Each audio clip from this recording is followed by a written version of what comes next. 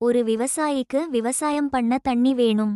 அதனால பக்கத்து வீட்டுக்காரன் கிட்ட இருந்து ஒரு கிணறு வாங்குனாரு. ஆனா அந்த பக்கத்து வீட்டுக்காரன் செம்ம குள்ளநரி. குள்ளநரி முகம் காச வாங்கிட்டு கிணத்துல இருந்து தண்ணி எடுக்க கூடாதுன்னு சொல்லிட்டான். விவசாயி கேட்டாரு, ஏன்? கிணறு என்னது தான? குள்ளநரி சிரிச்சுக்கிட்டே சொன்னான், நான் உனக்கு கிணத்த மட்டும் தான் வித்தேன். தண்ணிய விக்கல. அதனால தண்ணி என்னது? எடுக்காத. சொல்லிட்டு போயிட்டான். விவசாயிக்கு என்ன பண்றதுனே தெரியல. கடைசில ராஜாவோட சபையில இருந்த ஒரு புத்திசாலி அமைச்சர் கிட்ட போய் நியாயம் கேட்டாரு.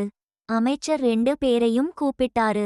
குள்ளநரி கிட்ட கேட்டாரு, ஏன் தண்ணி எடுக்க விட மாட்டேங்கிற? அவன் திரும்ப அதையே சொன்னான், கிணறு வித்தேன், தண்ணி விக்கல. அமைச்சர் சிரிச்சாரு. சரி, உன் லாஜிக் படி பார்த்தா கிணறு விவசாயியோடது, தண்ணி உன்னோடது. அப்படினா உன்னோட தண்ணிய அவன் கிணத்துல வச்சிருக்க உனக்கு உரிமை இல்ல. உடனே உன் தண்ணிய கிணத்துல இருந்து எடுத்துடு. இல்ல எல்லாத்தையும் யூஸ் பண்ணிடு. இல்லனா அந்த தண்ணி கிணத்துக்கு சொந்தமான விவசாயிக்கு சொந்தம் ஆயிடும். குள்ளநரிக்கு தூக்கி வாரி போட்டுச்சு. தான் வச்ச ஆப்பு தனக்கே வந்துச்சு. தப்ப புரிஞ்சுகிட்டு மன்னிப்பு கேட்டுட்டு ஓடிட்டான். பாடம்: ஏமாத்தி பிழைக்கலாம்னு நினைக்காத. ஏமாத்துனா அதுக்கான விலைய கொடுத்தே ஆகணும். நேர்மைதான் நிலைக்கும். குறுக்கு வழில போனா அதே வழி உன்ன மாட்டிவிடும்.